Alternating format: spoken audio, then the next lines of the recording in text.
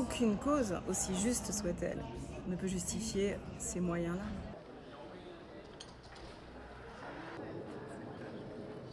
C'est quelque chose de terrible pour tout être humain qui a une sensibilité digne de ce nom. C'est insupportable, intolérable. D'ailleurs, quel que soit notre positionnement dans ce conflit, on peut avoir une sensibilité très forte à la cause palestinienne et on peut être très critique du gouvernement israélien et pour autant aujourd'hui être révulsé, révolté par ce qui s'est passé. Un véritable pogrom, il n'y a pas vraiment d'autres mots.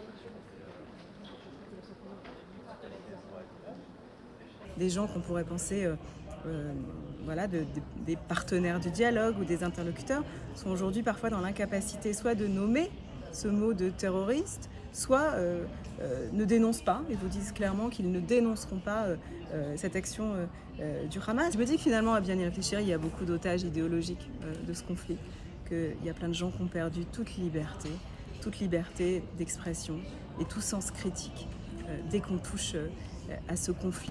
La charte du Hamas le dit, le redit. Leur but, c'est pas d'être à la table des négociations ou de faire la paix. Leur but, c'est que Israël disparaisse et que les Israéliens soient rayés de la carte.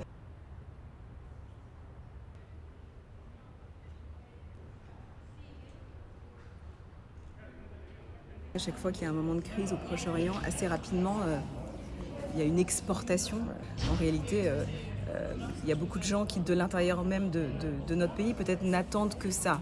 C'est pas tant une exportation qu'une attente d'un feu vert qui vient du Proche-Orient pour faire déferler des haines qui vont frapper, bien sûr, tout de suite à travers l'antisémitisme, qui est tout de suite croissant. C'est impensable et aberrant qu'on en soit à nouveau là, de ne pas sentir en sécurité dans les écoles, dans les lieux de culte ou parfois même dans la rue pour les personnes juives. C'est là où il y a une responsabilité très forte des politiques. Ne pas dénoncer fortement ce terrorisme au Proche-Orient, c'est d'une certaine manière accepter qu'on le relativisera quand il sera dans nos rues à nous.